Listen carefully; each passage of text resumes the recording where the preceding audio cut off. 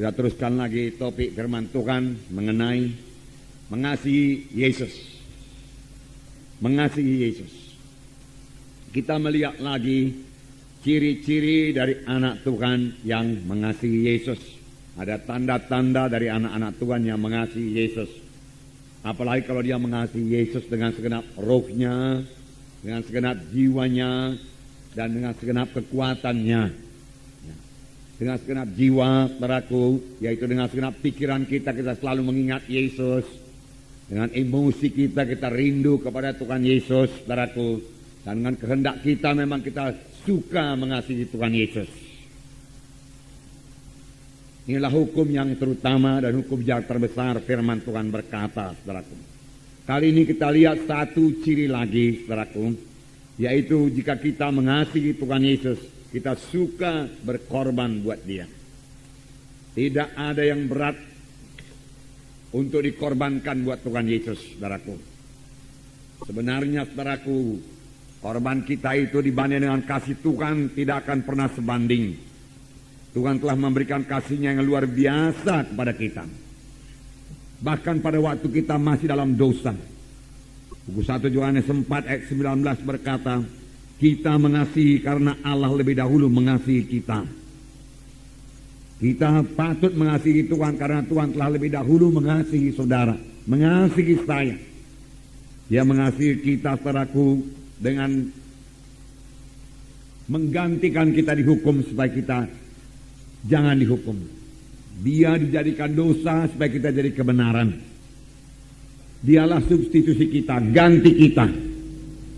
Itulah sebabnya kita diselamatkan oleh Tuhan Yesus. Dan sesudah selamat, Tuhan mengangkat semua kutuk dosa daripada kita dan memberikan kepada kita berkat Abraham.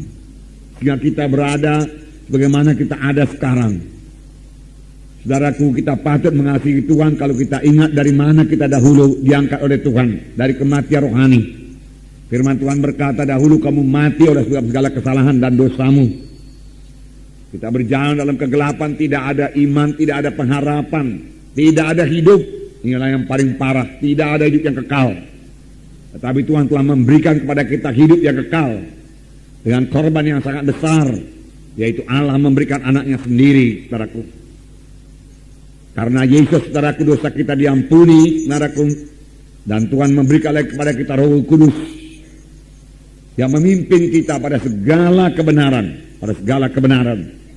Sesudah itu Roh Kudus, saudaraku, terus memimpinkan kita hari lepas hari. Firman Tuhan berkata Roh Kudus memimpin kita pada segala kebenaran. Firman Tuhan berkata bahwasanya setelah kita dibentuk terus hari lepas hari menjadi bertambah, hari bertambah seperti Yesus. Kita harus berubah kalau kita mau mengikut Yesus.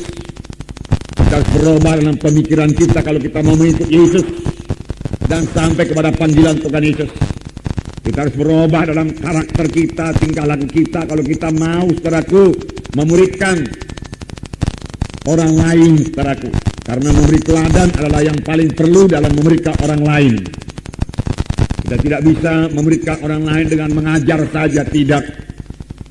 Orang lain melihat hidup kita yang berubah, pemikiran kita yang berubah. Orang lain harus melihat hidup kita yang suci, saudaraku. Dan ini terjadi kepada kita pada waktu Roh Kudus menyadarkan kita ini orang berdoa, kita ini memiliki lagi karakter-karakter yang diubahkan dan kita mau diubahkan dengan bertobat, Jadi bertobat ini, saudara, bukan yang pada waktu kita menerima Yesus saja.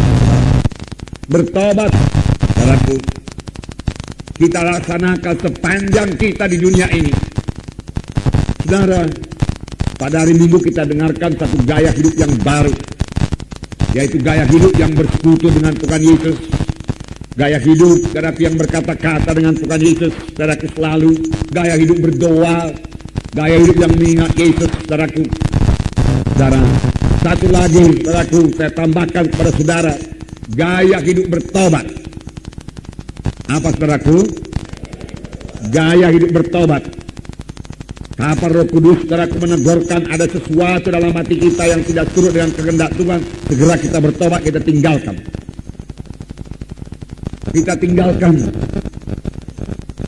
Bertobat bukan sekedar menyesal saja, menangis, saudaraku, tetapi tidak mau berubah. Bukan, saudaraku. Banyak, saudaraku, penjahat-penjahat, saudaraku, pencuri, perampok yang ditangkap oleh polisi, kemudian dimasukkan dalam penjara, dia menangis. Dia menyesal, bahkan dia menyesal. Tetapi dia sama sekali tidak mau meninggalkan, saudaraku, kejahatannya itu. Sesudah keluar dari penjara, dia kembali. Kalau ada kesempatan, dia kembali berbuat kejahatan. Saudaraku, yang diminta Tuhan daripada kita berubah. Berubah, itulah bertobat. Supaya kita, saudaraku, bisa dibentuk menjadi sama seperti Yesus. Tanpa kita mau berubah, saudaraku, tanpa kita mau bertobat sungguh-sungguh, saudara, dan tidak akan sampai kepada maksud Tuhan. Dan kita tidak bisa memuridkan, saudaraku. Karena memuridkan, saudaraku, perlu teladan.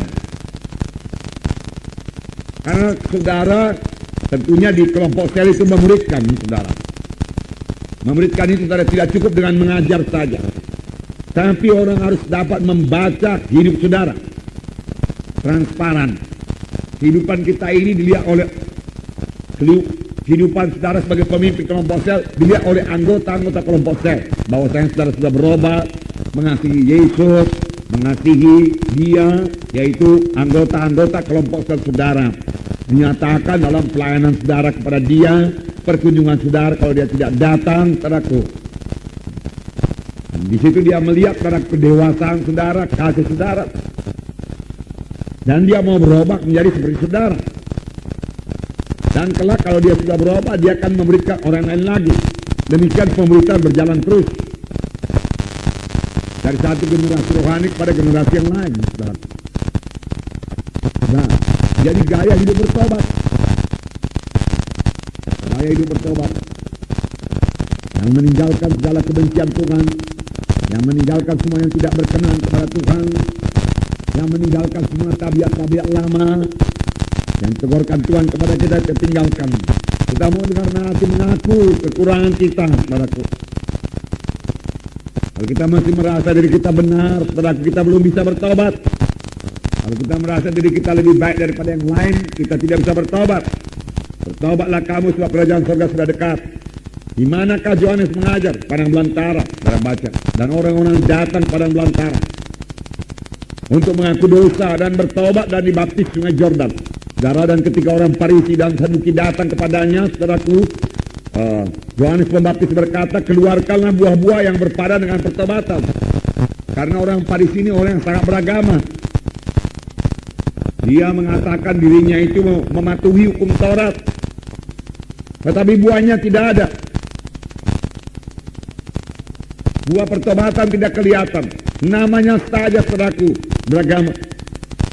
Saudara, agama Kristen tidak menyelamatkan, saudaraku. Gereja, saudaraku, tidak menyelamatkan. Yang menyelamatkan yaitu Tuhan Yesus. Amin, saudara.